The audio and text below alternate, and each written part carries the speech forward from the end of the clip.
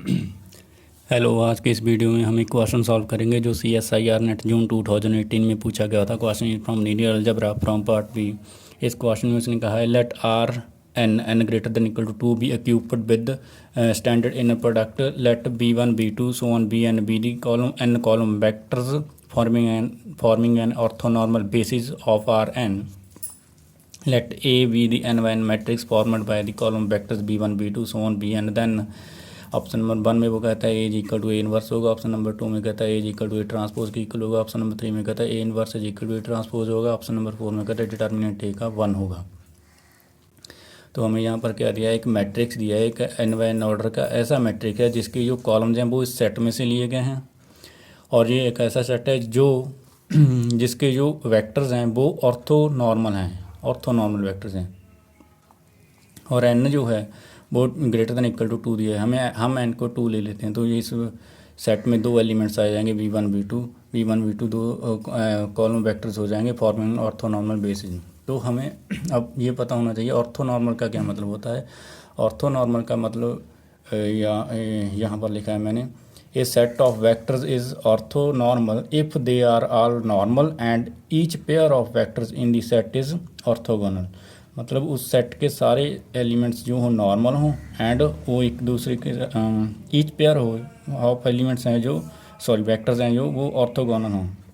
हम नॉर्मल का क्या मतलब होता है, a vector is said to be normal if it has length 1, मतलब उसकी अपने आप के साथ इनर प्रोडक्ट क्या हो वो 1 हो, मतलब बी की इनर प्रोडक्ट बी के साथ क्या हो वो 1 हो, तो उसको उस वेक्टर को नॉर्मल वेक्टर बोलते हैं। 2 vector are set to be orthogonal if they are at right angle to each other, मतलब कि v की इनर प्रोडक्ट u के साथ जो हो वो 0 हो, तो उससे दोनों वेक्टर्स को u एंड b को हम क्या बोलेंगे, ऑर्थोगोनल। हमारे पास जो ये वाला सेट है B1 B2 का, ये वाला ऐसा सेट है जिसमें जो B1 की इनर प्रोडक्ट B1 के साथ 1 आएगी, B2 की इनर प्रोडक्ट B2 के साथ 1 आएगी, और इन दोनों की आपस में इनर प्रोडक्ट जो है वो 0 आएगी।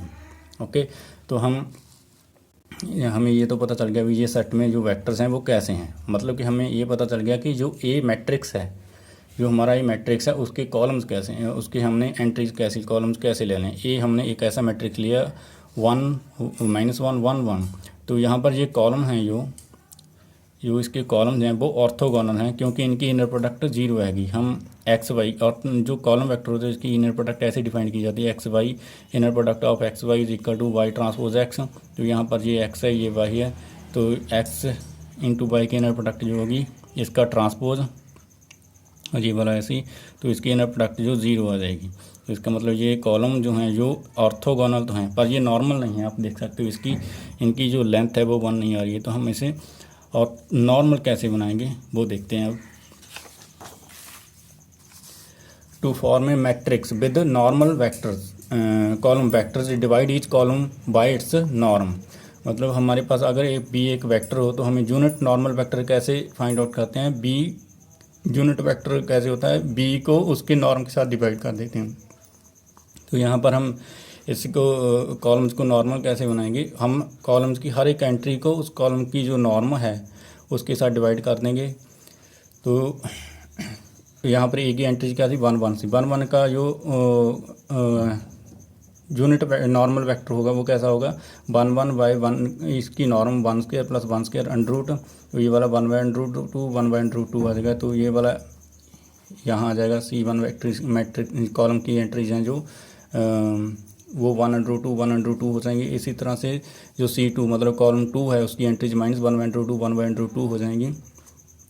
यहाँ पर मैंने किया ये तो यहाँ पर आप देख सकते हो ये जो मैट्रिक्स है ए, इसके कॉलम्स जो हैं वो ऑर्थोनॉर्मल वेक्टर्स हैं। अब इनकी अपने आप के साथ इनर प्रोडक्ट 1 आ रही है और एक दूसरे के साथ इनर प्रोडक्ट 0 आएगी, तो इसका इनवर्स जो होगा वो ये होगा।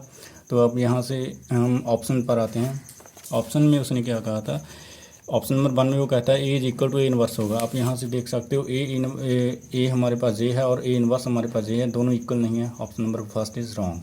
सेकंड नंबर ऑप्शन में वो कहता है A is equal to A transpose होगा, ए का ट्रांसपोज ए के ट्रांसपोज के इक्वल भी नहीं है, सेकंड नंबर ऑप्शन में गलत। ऑप्शन नंबर थर्ड में वो कहता है A inverse is equal to A transpose होगा। ऑप्शन नंबर थर्ड में ए का इनवर्स ए के ट्रांसपोज के इक्वल हो, हाँ ये वाली सही है option number third. And option number fourth में वो कहता था determinant of A is equal to 1 होगा। ए का डिटर्मिनेंट इसका डिटर्मिनेंट आप देख लीजिए वो भी 1 आ रहा है। तो इसका मतलब सेकंड, थर्ड और फोर्थ में से कोई एक ऑप्शन सही होगी, क्योंकि ये question is from part B. तो यहाँ से फोर्थ ऑप्शन के लिए हम एक मैट्रिक्स लेते हैं, A = 0 1 1 0। आप देख सकते हो ये वाले जो मैट्रिक्स है इसके कॉलम जो हैं जो वो भी ऑर्थोनॉर्मल वेक्टर्स हैं। तो यहाँ पर इसका जो डिटर्मिनेंट है वो -1 आ रहा है। तो यहाँ से ऑप्शन नंबर फोर्थ है वो गलत होगी, ऑप्शन नंबर थर्ड है जो सही होगी। Thank you.